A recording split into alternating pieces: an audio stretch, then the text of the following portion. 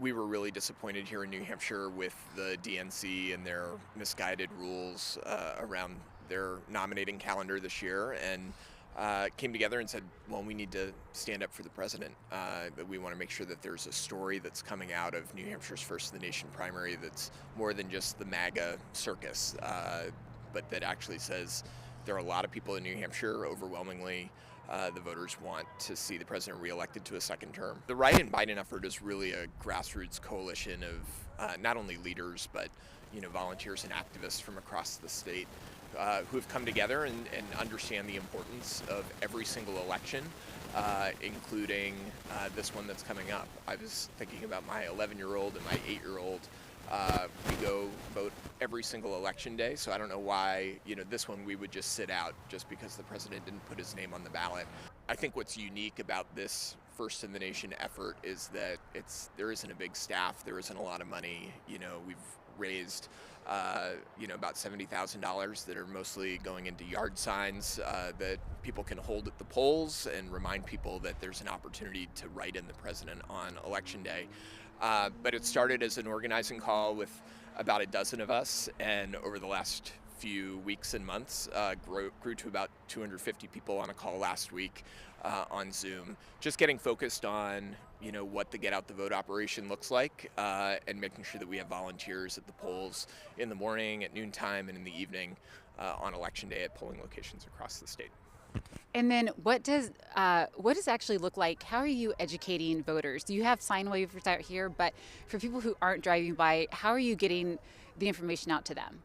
Well, I think there are a variety of different ways, but I think it's mostly just neighbor to neighbor. It's really a grassroots effort. It's not like there are organized canvases. It's not like, we're doing paid mail or digital, but it's really voter to voter, having conversations with our neighbors and making sure that they know that there's an opportunity to write in the president, because Democrats and a lot of independents are supportive of the president and the administration and all the accomplishments of the last 3 years, and want to make sure that that progress continues. And for voters who are going to the polls, what do they need to know? What do they need to be aware of in order if they wanted to vote for Biden? Yeah, I mean, it's really simple. You pull a Democratic ballot, you go to the bottom of the ballot, you fill in the write-in bubble, and you write in Joe Biden. It is that simple. And the Secretary of State has offered some guidance saying, if you say it's Joseph R. Biden, that counts. If you say Joe Biden, that counts. If you say President Joe Biden, that counts as well.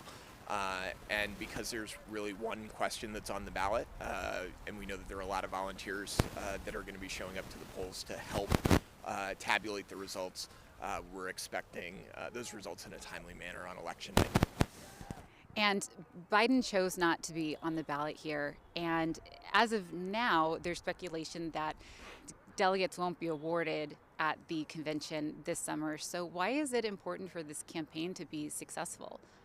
Well, I think for us, here in New Hampshire, we know that the president in head-to-head polling with Donald Trump, he is preferred. The president is preferred by 7 or 8 points.